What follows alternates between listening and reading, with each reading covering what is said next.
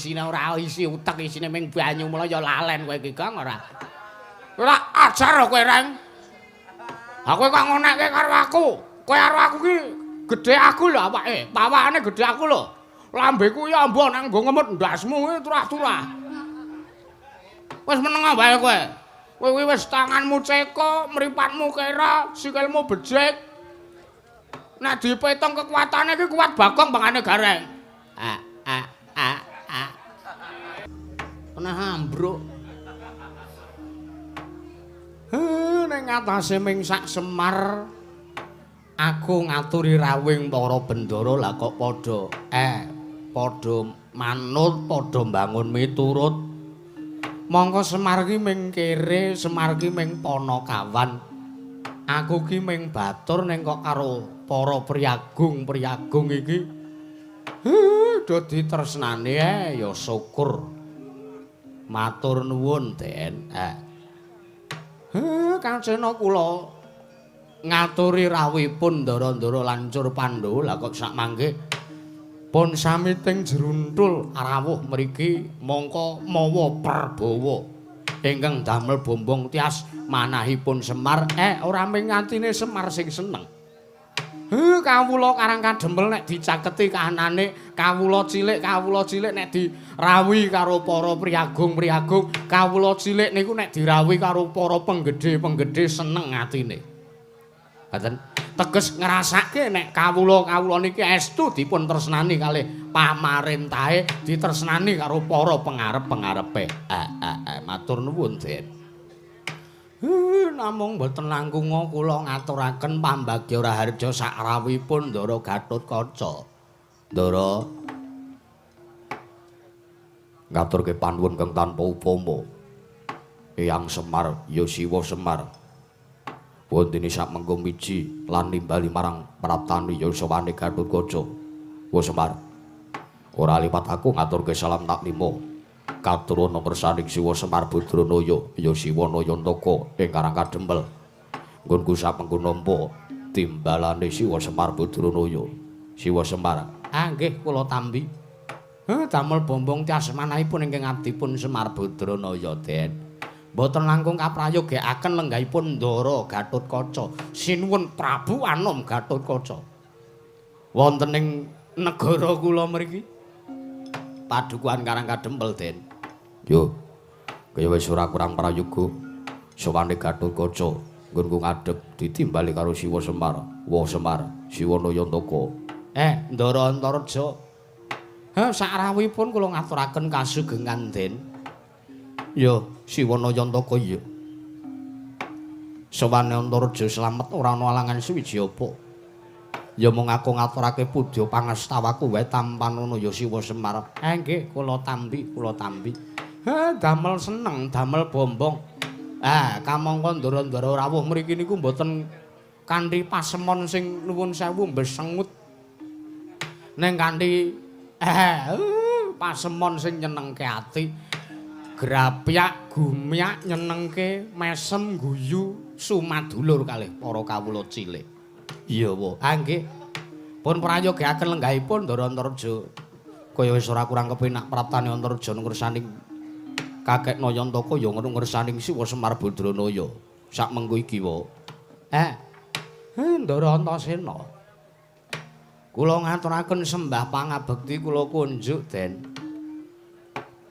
Moduar nek aku nampa sembahe Kakekne Semar. Ngendika ngoten sebabe dasare napa? Ngosik wa. Aku dadi sampeyan ngaturke sembah karo Antasena kuwi dosaku apa, luputku apa? Liripun nek sampeyan ngaturke sembah karo Antasena kuwi nek padha karo ndongake elek mujek-mujekke sing ora prayoga karo aku to, wa. Mergo aku ki tinemune aku ki momongane sampeyan, aku iki luwih enom tinimbangane sampeyan. Sampeyan ki sak mbah buyutku. Sampeyan ki tuwa banget. Apa ya ana jamak lumrahe piyai sepuh kok ngaturke sembah ngersane sing luwih enom. Modar Antasena nek nganti wani nampa. Lah kersanipun kados pundi? Malah aku wae tak ngaturke sembahku katura ngersane Siwa Nayantaka. Mergo ngene.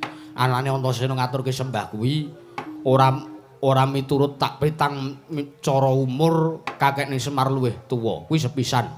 Ping pindhone kakekne Semar utawa Siwana Yantaka kuwi ora titah sewantah. Ning sampean ki dewa ngejawantah lho. Arep nuwun sewu wong semene mbane iki padha ngerti nek Semar ki wong kere. Arep semene mbane iki Semar ki cidhuke dikredit. Ning Antasena ki ngerti Antasena tanggaping sasmita. Nek sampeyan utawa sing lenggah nang sariramu kuwi Sang Hyang Ismaya. Mula aku wae sing ngaturke sembahwa. Dosa kula ora ana jamak lumrahe dosa. Aku titah sampeyan dewa. Wis wajibe lan wis pantese tok tampa sembahyang Antasena. Nggih. Nek sampeyan meksa nggih kula tampi dawah sami-sami. Ya wa, prayogaken lenggahipun kaya wis ora kurang kepenak. Sarawipun Ndara Gatotkaca, kula ngaturaken bekti kula kunjuk nggih Ndara. Yo, lolo garing tak tampa. Pangestuku wae Tampanono. Nggih, kula pundi dadosna jimat paripin dayanana ing kasantosan. Pun prayogaken kaya ora kurang kepenak. Ndara Antareja bekti kula ngatur Ndara. Yo, lolo garing. Kuwi atur sembah bekti ngersani Antareja.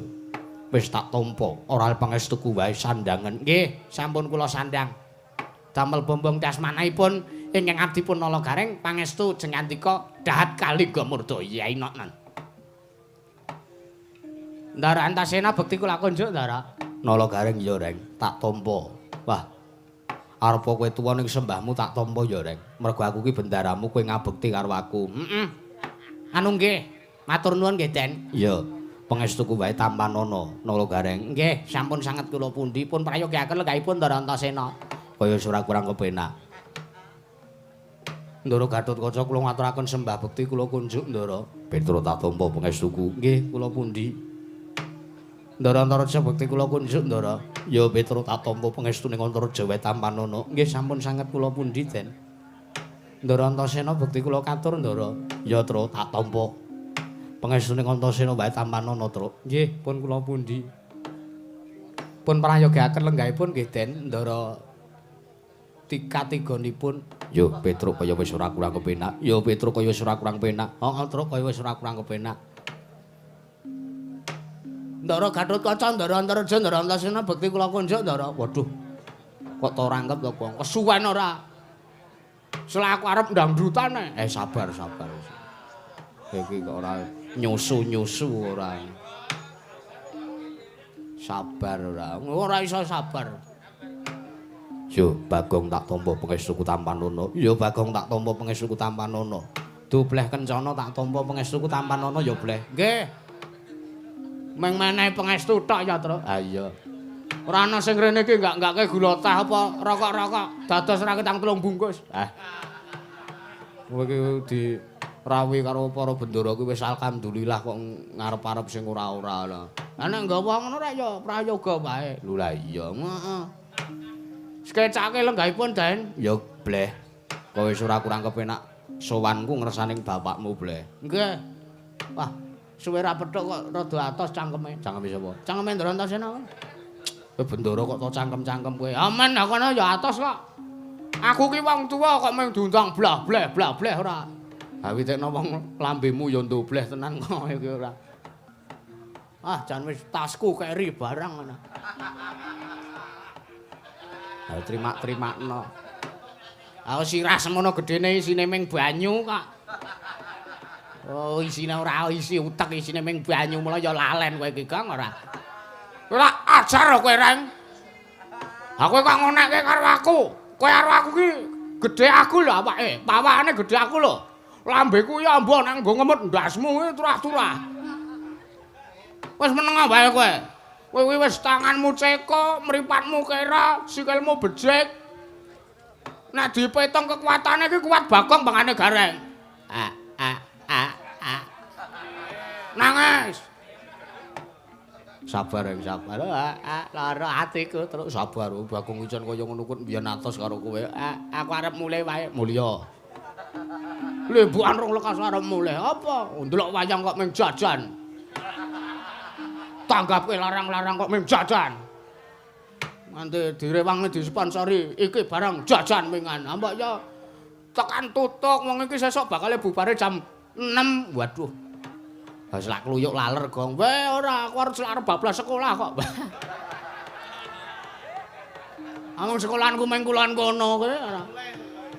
Ora usah nggo mulih ndak meng turu. Ha iya. Iki berisik kowe ora. Mau kono gak dirembuke kono. Nuwun sewu Den. Kula ngaturi kalih rawuh sampeyan. Yo. Gawe kaget Gurawalan manahe Purwancul Pandhawa. Teko beneh klanatan sing wis kelakon. Sak mengko aku katimbalan sowan ning Pedukan Karang Kadempel. Sejatine apa tukang dadi wigatine Gatotkaca bakal nungsuk pawarta sartane aku nyadhong dawuh Kyai Semar Badranaya. Aja pati-pati menggone. Duwe rasa cigolan perkewuh pun sampeyan arep medhar sabda pangandika ngersani Gatotkaca. Ya wa. Siwana Yantaka tak jaluk babarna kang tetela munggo apa tukang dadi wigatine lancur-lancur pandha katimbalan sowane. Heeh kek. Aja ngasih duna dungkap ngendikane kakekne Nayantaka. Merga lancur-lancur Pandhawa iki padha ngrumangsani. Mau aku wis sak pirembugan karo Kakang Gatotkaca, wis sak pirembugan karo Kakang Antaraja, Kang. Nek iki nganti Siwa Semar nimbali karo awake dhewe mongko awake dhewe ora sowan, ora nuhuni, ora mbangun miturut karo dawuh kakekne Semar, mengko mundhak nampa dosa. Merga para Pandhawa kuwi akeh utange budi karo Semar Badranaya. Ya aku dhewe ngrumangsani kek. Senajan Antasena ki ketemu karo Bapa Werkudara ki urung patiya suwe. Teges aku durung tau tate ngrasake dikudang karo kakekne Semar ning gandeng para Pandhawa kuwi duwe utang budi sing akeh. Merga kakekne Semar kuwi tansah ngayomi sartane tansah momong karo lakune para Pandhawa. Kok nek ana bot repote apa-apa, aku karo Kakang Gatotkaca karo Kakangku Jangkar Bumi sing sagosak biyantu kek. Mula aja nganti rasa perkewuh, sampean paringa dawuh tak rungokne. Mbok menawa mengko ana bot repote Antarja, Antasena, Gatotkaca sing sagosak biyantu kek. Lunging mekar lan semi. Semi bakul sate. Oh, spita ing taman sari. Oh,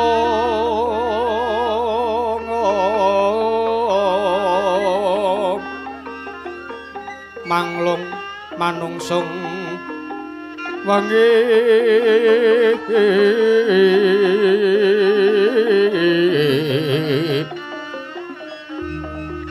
kalawan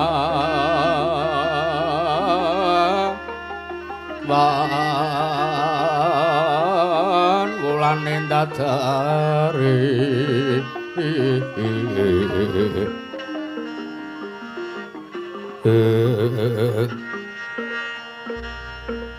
Lambarum sasmita sang kumbang wayang rangsang pucuk sarining kembang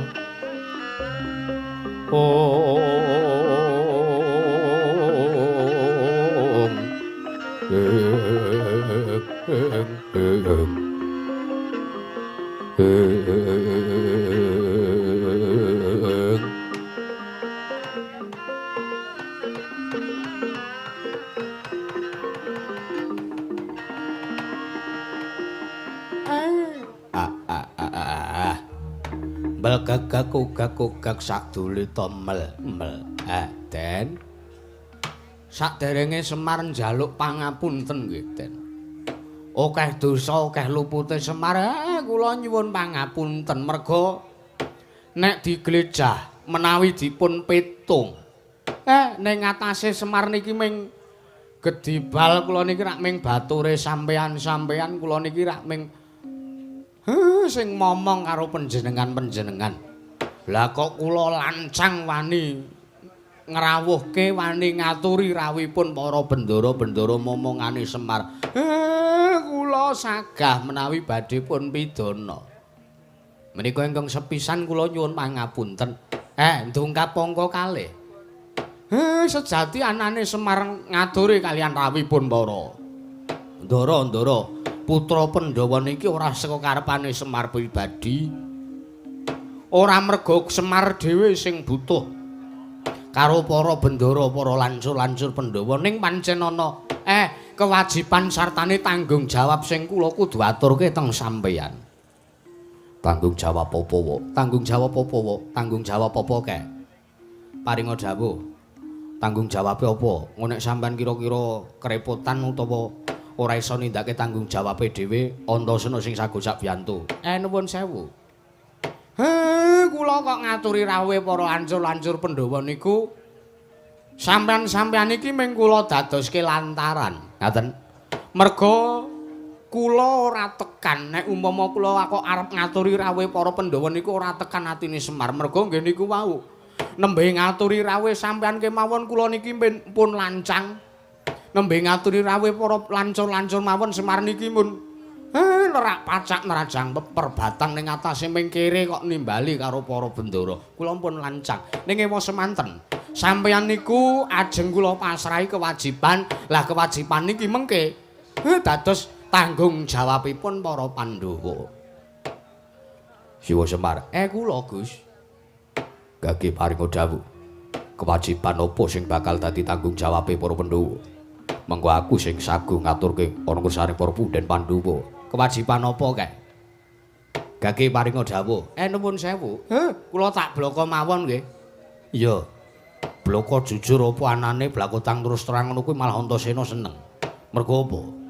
Nek sampeyan kaya-kaya ngapusi malah gawe gelo lan kuciwane para Pandhawa kae. Nggih. Bagong. Po. Manik Maya lerene kae tanggal pira? 11. Ha piye? Ha niku. Kula kelingan miturut aturi anak kula Bagong. Kula nampa tanggal 11 wingi kula nampa rawuhe dewaning para dewa. Kula nampa rawuhe nalendraning kayangan. Inggih menika pun Bathara Guru adi kula. Siwa Semar nampa rawuhe Sanghyang Manikmaya. Nggih. Kere-kere ngeten elek-elek ngaten kula niki nggih dewa. Riyen ninga kae.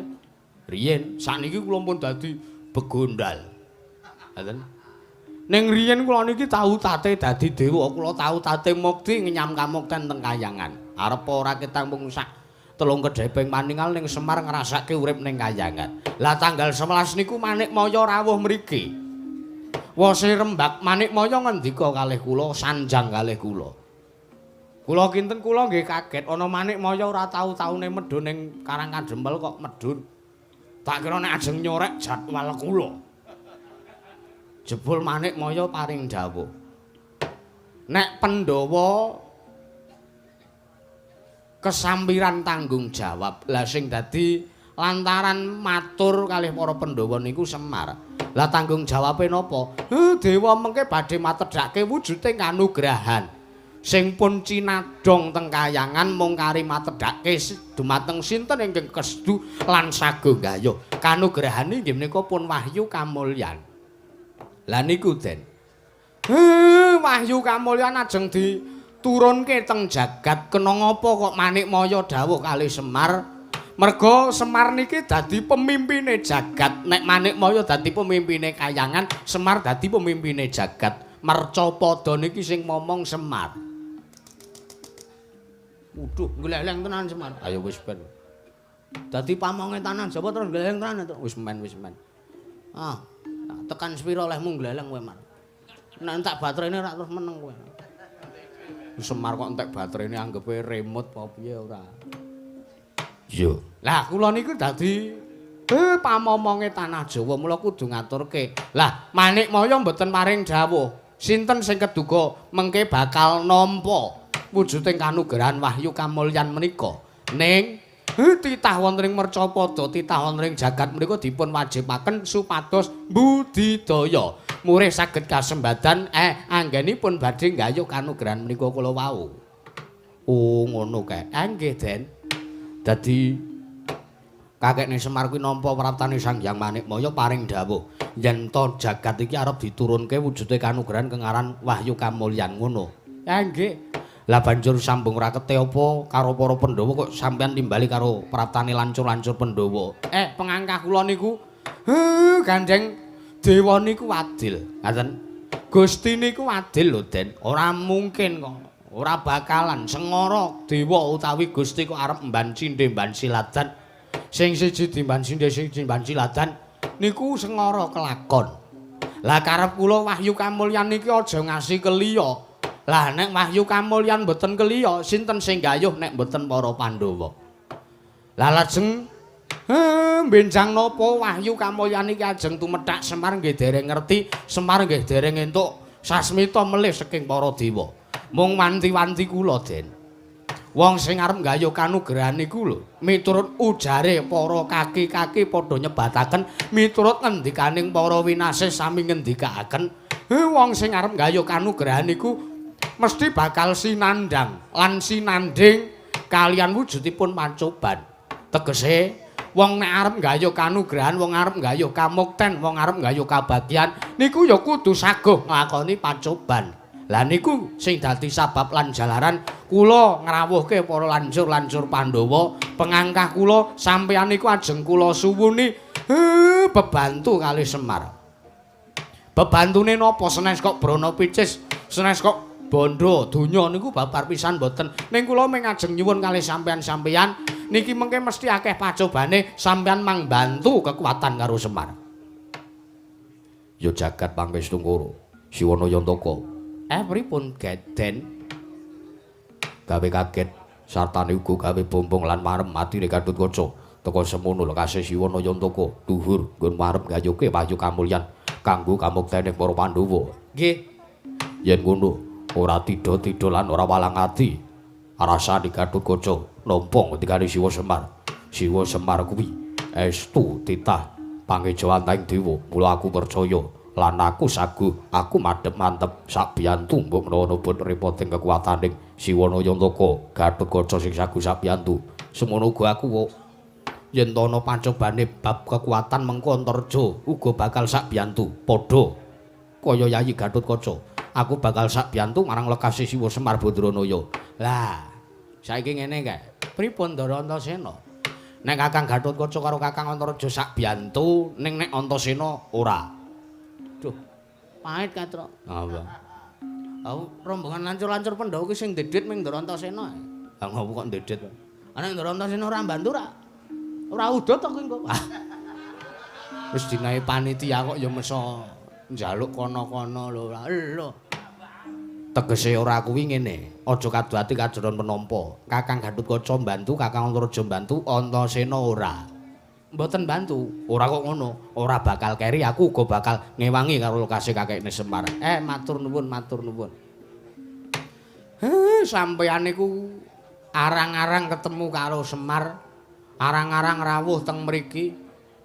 Pisane rawuh bantu karo Semar. Lombangane anak-anak kula niki telu, wedhus-wedhus telu niki.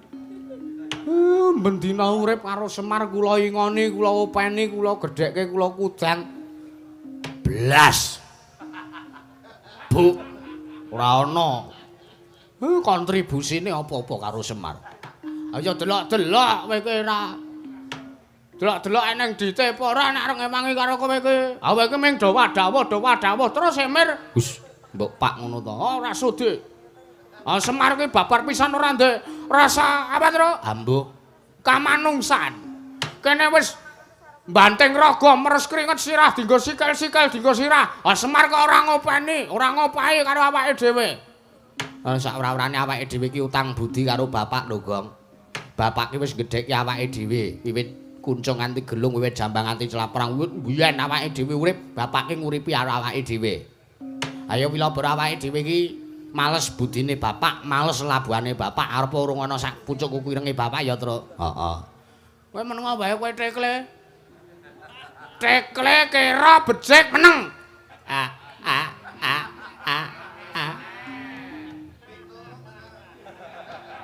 Nangis kowe. Aku arep mulih wae aku Truk mulya. Mulya. Ora ana penyiter, ora patheken. Kok atos cangkemmu, Gong? Ora anggepe ora. Ning sak ora-orane kowe iki bebantu ngono lho, Gong. Bapak Semar utawa kakekne Semar ki bapakmu, wong tuamu, sudarmamu sing kudu tok ajeni. Ora iso kok ya. Sampeyan rene iki ya mbebantu. Ngono lho. Bantu nek mengke sampeyan nyambut gawe ora wurunga Gareng Petruk Bagong nyambut gawe ha to, Reng? Mbah. Reng.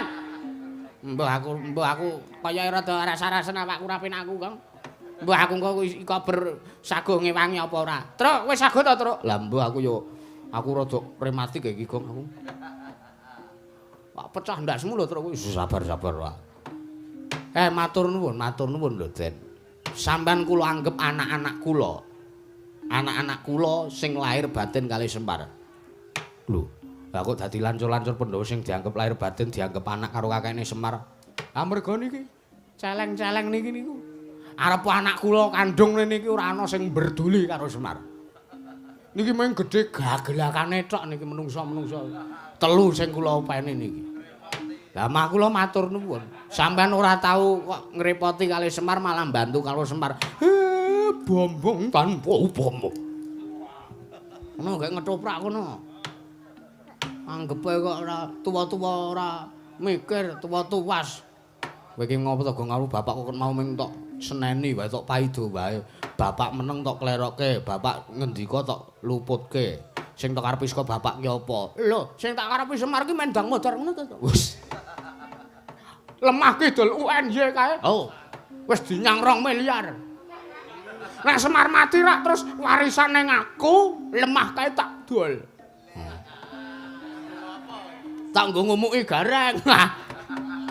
Atos nan ora kena ngono kuwi ora.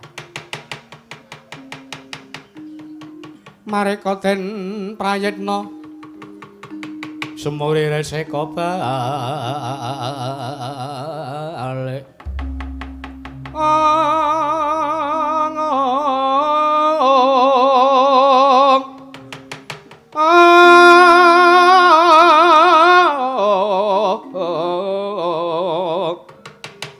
Titi yoni gandayane Trisunya Purnama sasi gilar-gilar semedyan ing tengahing latar ileng ana lintang Bima Sekti ong